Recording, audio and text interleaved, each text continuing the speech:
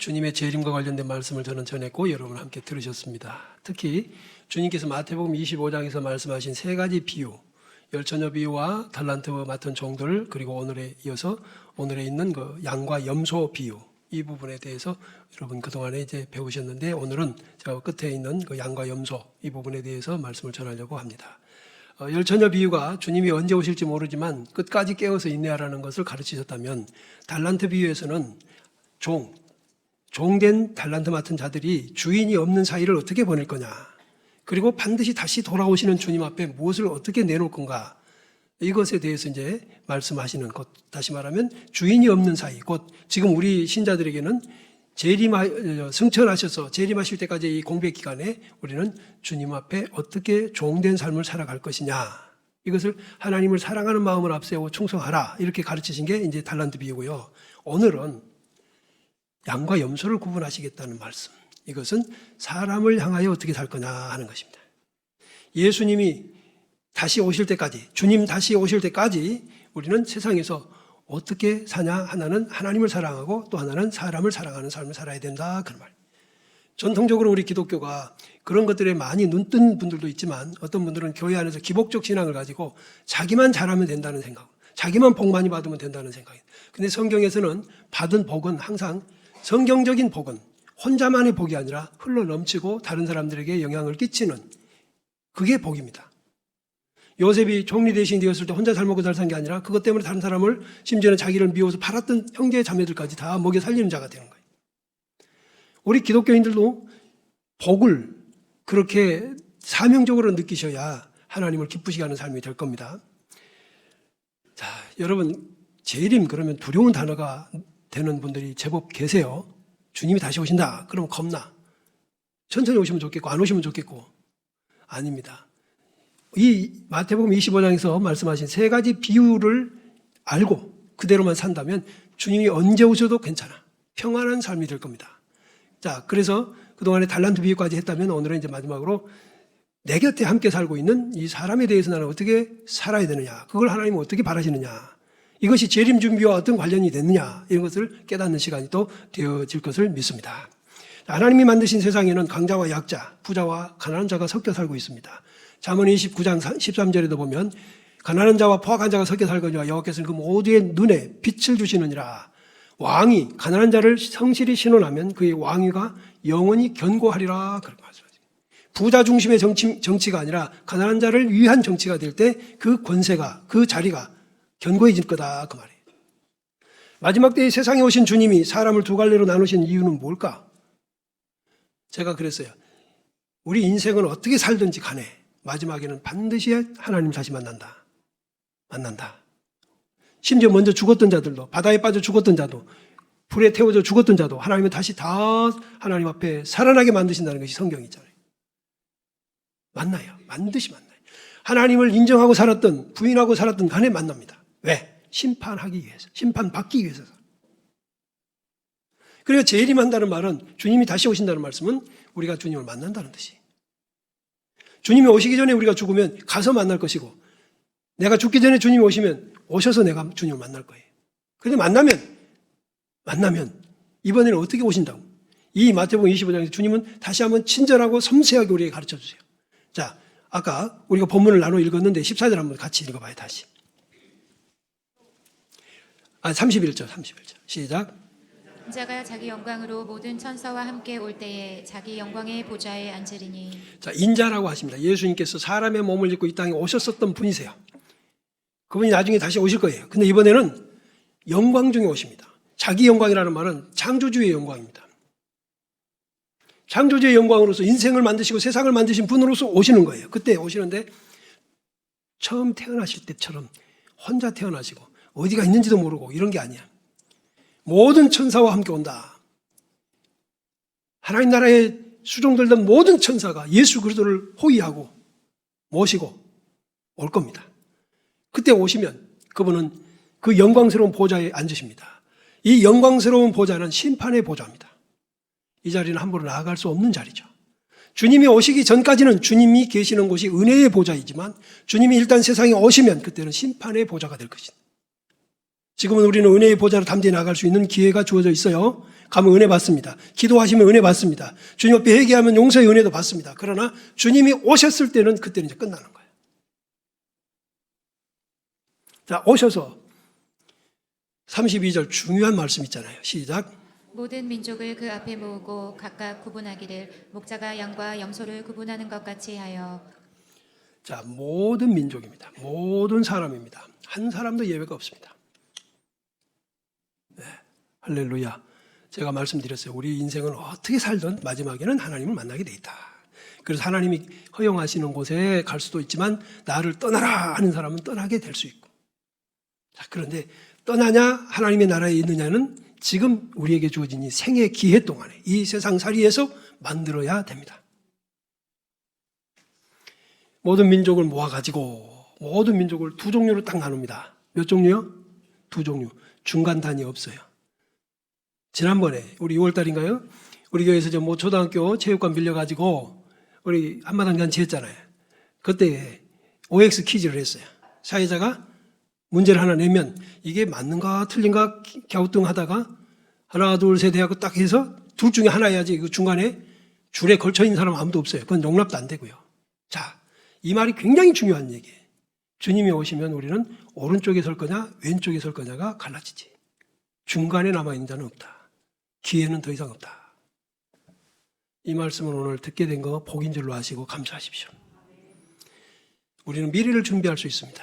미래란 지금 이 시간 이후가 미래입니다. 지금 이 시간 이후, 이 말씀을 들은 이후가 우리는 미래 준비해야죠. 재림이 두렵지 않게 준비해야죠. 쫓겨나지 않게 준비해야죠. 칭찬을 듣고 영광을 받는 그런 자리가 되도록 준비해야 할 줄로 믿습니다. 이렇게 듣는 사람이 지혜가 있는 거고 이게 우리에게 믿음이 주어진 것에 대한 복입니다. 둘 중에 하나. 양은 오른편에, 염소는 왼편에. 이것은요, 짐승을 목자가 구분할 때에 저녁에는요, 낮에는 섞어 놓은대요. 근데 밤에는 양과 염소를 구분한답니다. 왜? 염소에는 뿔이 있잖아요. 그래서 막 들이받아서 양의 이 창자, 내장을 찔러서 죽이기도 하는 거예요. 그러니까 구분에는 마지막 때 그러신다고 그랬어요. 여러분은 둘 중에 어디입니까? 어디였습니까? 어디에 속하고 있습니까? 여러분의 미래는 어느 쪽이었겠어요? 이제 그동안의 것 끝내고 오늘 이 시간 이후로 이 말씀을 들은 이후로 미래를 다시 만듭시다. 주께서 우리를 십자가에서 구원하신 후에도 이런 기회가 우리에게 있어야 하는 것은 주님이 주시는 이 십자가의 멍에를 지고 우리가 이러한 삶을 살아내야 한다는 뜻입니다.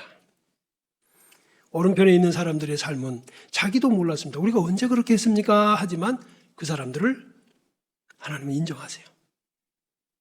그런데 왼쪽에 있는 사람들 우리는 언제 안 그랬습니까? 하지만 그들은 또한 하나님께 인정받지 못해요. 지난 8월 29일에 경기도 안산의 단원구에서 비가 엄청 쏟아지고 있는데 한 노인이 폐지를 줍다가 비가 너무 오니까 빈수레를 가지고 점심이라도 먹어야겠다. 그리고 비를 맞아가면서 가는데 한 여인이 다가와서 우산을 받쳐줍니다. 그 여인의 한 손에는 슈퍼에서 마트에서 뭘 샀는지 봉지가 들려있고 그리고 우산도 그리 크지 않았습니다.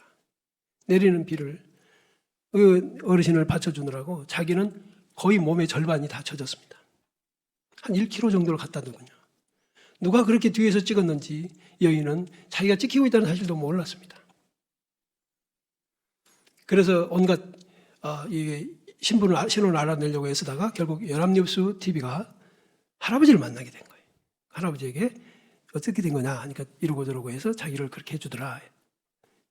그리고는 헤어지려고 할 때 잠시만 기다리시라고 그러더니 마트에 가서 편의점에 가서 자동 자판기 있잖아요. 돈 빼는 거. 그걸 해서 3만 원을 더 주시더라는 거예요.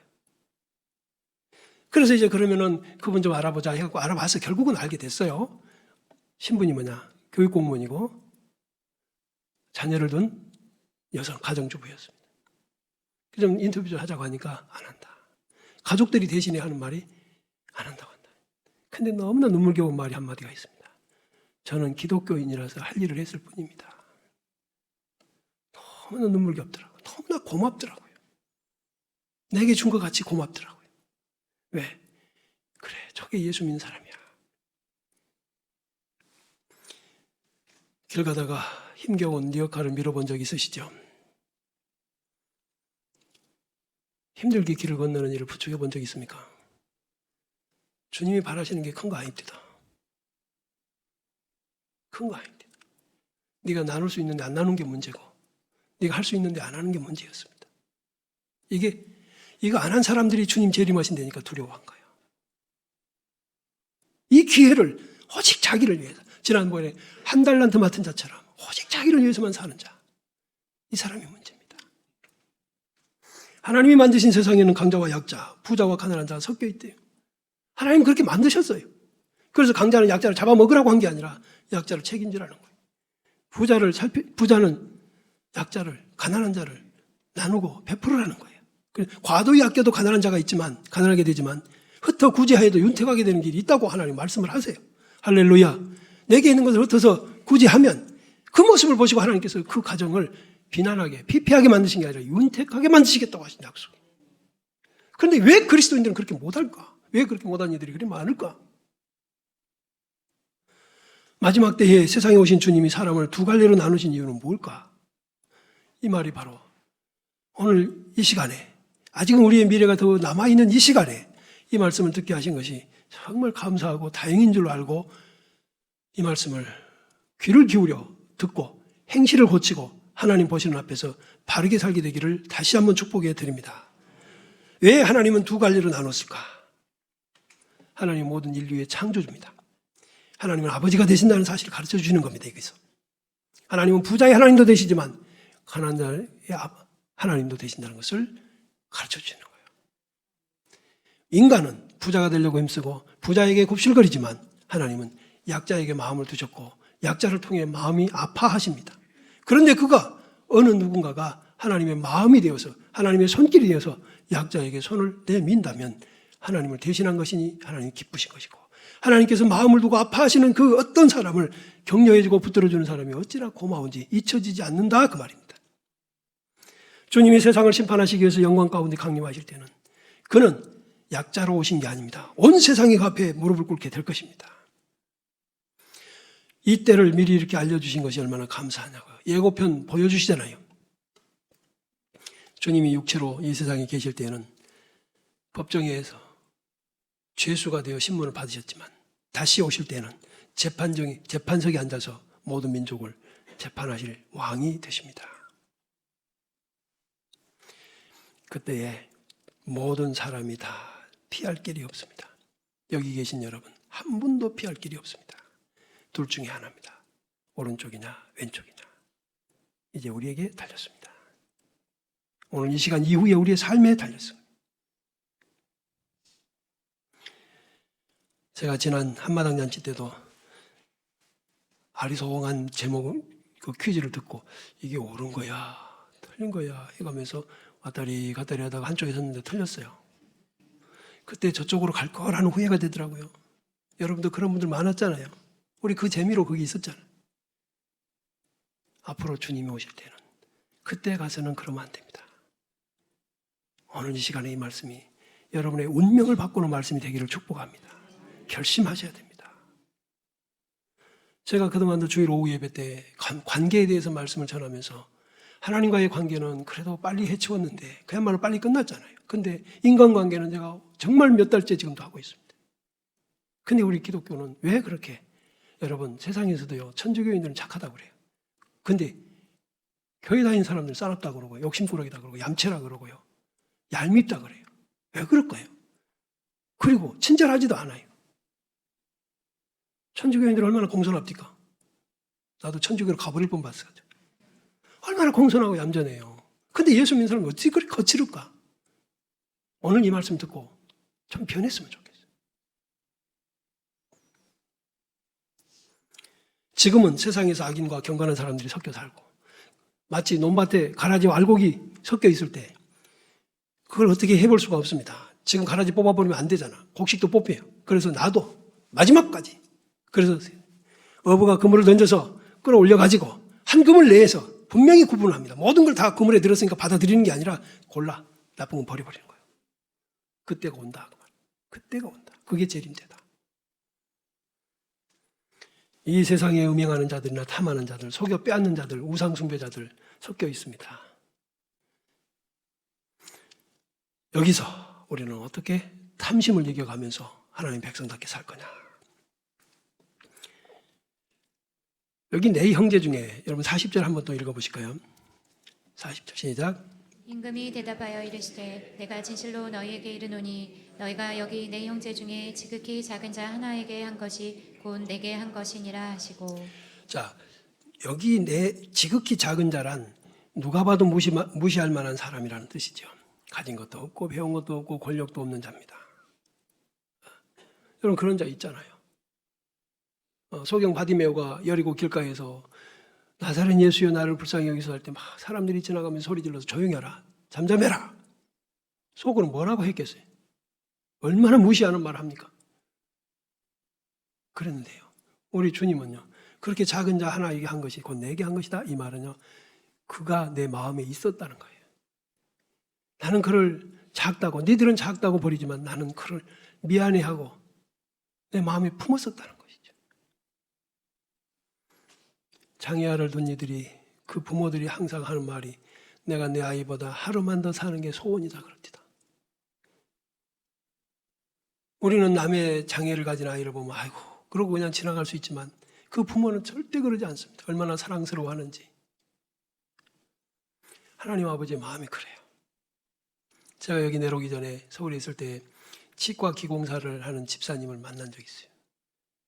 그분에게는 영등포 사는 분인데 딸이 장애가 있었습니다.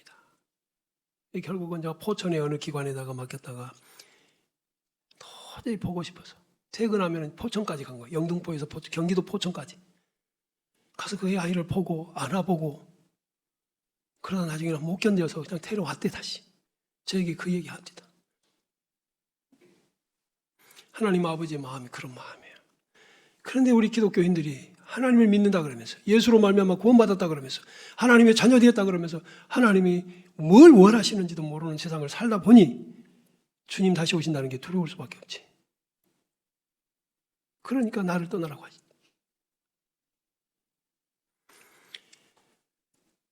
그 못나 보이고 무시해도 될 만한 그런 사람에게 말 한번 조심하고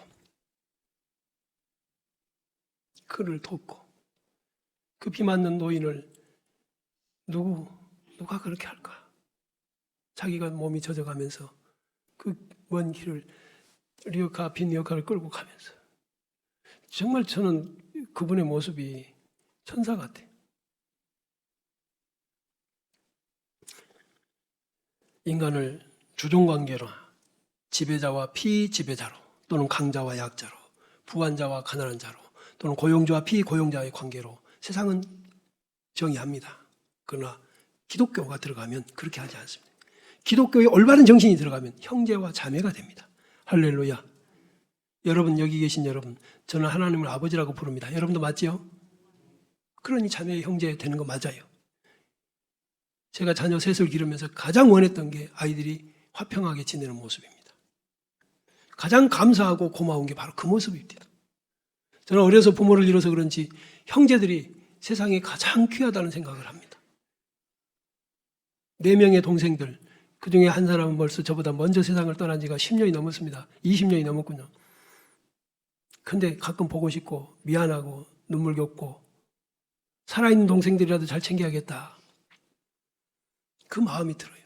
여러분 하나님 아버지께서 우리를 조금 강자로 만드셨다면 약자를 책임지라는 뜻인 줄로 깨닫기를 바랍니다. 삶에 조금 여유가 있거든 여러분 욕심 부리지 말고 좀 살피십시오.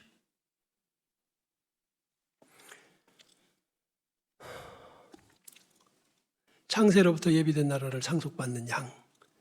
야 대단합니다. 그들이 한 일은 이렇게 주님이 말씀하고 계세요. 내 이웃이 줄일 때, 다시 말해 배고플 때 먹을 거 나눠줬다. 목마를 때 마실 물 주었다. 나그네가 되어서 정처가 없고 하룻밤 이슬을 피할 길을 찾을 때 내 방을 제공해 주었다. 헐벗었을 때, 병들었을 때, 심지어는 옥에 갇혔을 때. 여기 옥에 갇혔다는 말의 의미는 정치범을 얘기하는 게 아닙니다. 신앙 때문에 얘기하는 거예요. 형사범을 얘기하는 게 아니에요. 이 초대교회 때는요, 황제 숭배를 거역하면 이건 아주 감옥에 들어가는 거예요. 그러면 그것 때문에 사회적 고립을 당합니다. 그런데 아무도 안 돌봅니다. 왜? 가면 손해잖아요. 가면 손해야. 나도 그 동료로 취급받으니까. 그런데 그때 누가 돌볼 수 없지만 돌보는 게 바로 그게 바울 사도가 감옥에 갇혔을 때 돌보는 사람이 없었어요. 다 떠나더라고 그랬어요. 다 나를 버리더라. 빌립보 교회만 남더라. 이래요. 이게 인간이에요. 이게 신앙을 가졌다고 해도 자기가 먼저예요. 근데 주님은 말씀하십니다. 나를 돌봤다. 그래 이제 내가 가품이 되겠다. 갚아주마. 요즘에는 교회를 크게 만들어가지고 교회를 경영학적으로 운영해야 된다고 주장하는 사람도 있습니다. 그러나 교회는 이렇게 사람을 경영하는 게 아니고 사업체, 이익 추구하는 집단이 아니고 하나님의 뜻을 실현하는 기관이어야 될 줄로 믿습니다. 한편으로 왼편에 선 사람들은 또 이렇게 항의를 합니다. 우리가 언제 안 그랬느냐고. 양심 속이는 얘기입니다. 할 수 있는 기회를 외면했으면서 언제 안 그랬냐고. 여러분 하나님을 향해서는 덤비지 마세요. 덤빌 수도 없습니다. 우리 양심이 아니까. 지금 잘합시다. 지금 잘합시다. 지금 잘합시다. 영원한 형벌에 영원한 상급에 들어갑니다. 근데 이게 이제 문제가 시간적으로 영생한다 그런 말도 있지만 진짜 중요한 거 하나 있는 것은 바꿀 수가 없다는 거예요. 한 번 딱 정하면 바꿀 수가 없다는 것이 중요한 것이에요. 그래서 지금 우리는 바꿀 수 있는 기회입니다. 지금 오늘이 바꿀 수 있는 기회예요. 오늘이. 한 번 정해지면 바뀌지 않는 거. 천국에서 지옥으로 가고 지옥에서 천국으로 가는 게 아니라는 말이에요. 무슨 천주교의 교리처럼 연옥에 있다가 뭐 밑에서 어쩌고저쩌고 하면 또 천국 낙원으로 가고 이런 거 없습니다. 한 번 딱 정해지는 것이다. 그러므로 지금 이 시간에 이 설교를 듣는 여러분, 이게 여러분의 운명을 바꿀 수 있다고 깨닫기를 바라요. 제가 다니엘 기도에서 간증을 듣다가 아쉬움이 진하게 배어나는 생각이 있었습니다. 저런 분들도 계셨구나. 저렇게 한국전쟁 고아들을 데려다가 저런 분도 계셨구나. 같은 동족이지만 다리가 전다고 안 데려가는 버려진 아이를 데려가서 저렇게 키우고 대학까지 가르치고 세계적으로 유명한 공학 박사가 되게 만드는 미국인들이 야 저런 분들이야말로 진짜 하나님의 백성 맞구나. 부끄럽다 하는 생각이 듭니다. 아쉽다 하는 생각이 듭니다. 기회가 되면 다시 합시다 여러분. 여러분에게 사람은 어떤 의미입니까? 착취의 대상이고 지배의 대상입니까?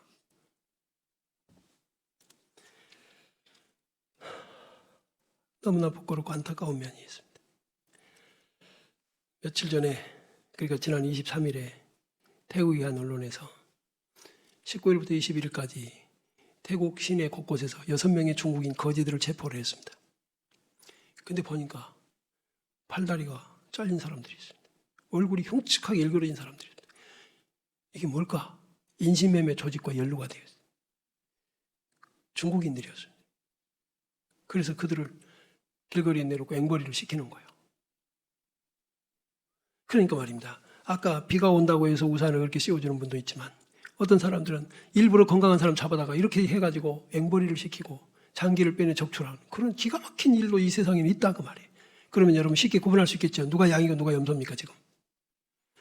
여러분도 아시겠죠? 양과 염소 구별해서 살 수 있겠죠 이제부터. 아멘. 중간지대가 없습니다. 중간지대가. 단 여러분 사람에게 착한 일 할 때 나를 돋보이게 하려다 하지 마세요. 주님께 순종하는 자세로 하십시오. 주님의 말씀의 뜻을 이행해 드린다는 생각을 하세요. 도스토예프스키와 함께 19세기 러시아 문학의 거장으로 알려진 대문호라고 알려진 톨스토이가 단편집도 썼더라고요. 근데 저 이번에 어떤 계기에 두 노인이라는 단편선 그것을 알게 됐습니다. 그 내용을 찾아서 읽으면서 톨스토이가 나중에는 기독교인이거든요. 그래서 그분이 쓴 책에 보면 전쟁과 평화, 뭐 부활 이런 것들 아마 우리 학창시절 읽어본 분들 많이 계실 거예요. 우리 때는 다 그거 읽으라고 해서 읽으니까. 근데 말입니다. 거기에 이 두 노인이라는 단편에서는 이런 얘기가 나오는데 야 정말 오늘 이 설교에 딱 맞는 것이다 생각이 들어요. 그래서 소개해드리겠습니다. 두 노인이 예루살렘으로 러시아에서 예루살렘까지 순례를 떠나기로 합니다. 거기서 예핌이라고 하는 사람은 부자이고 착실한 사람입니다. 그는 술, 담배도 안 하고 평생 욕도 해본 적이 없고 매사에 정직하고 엄격합니다. 그러나 그의 친구 에리세이는요, 러시아로 엘리사를 얘기한 거예요.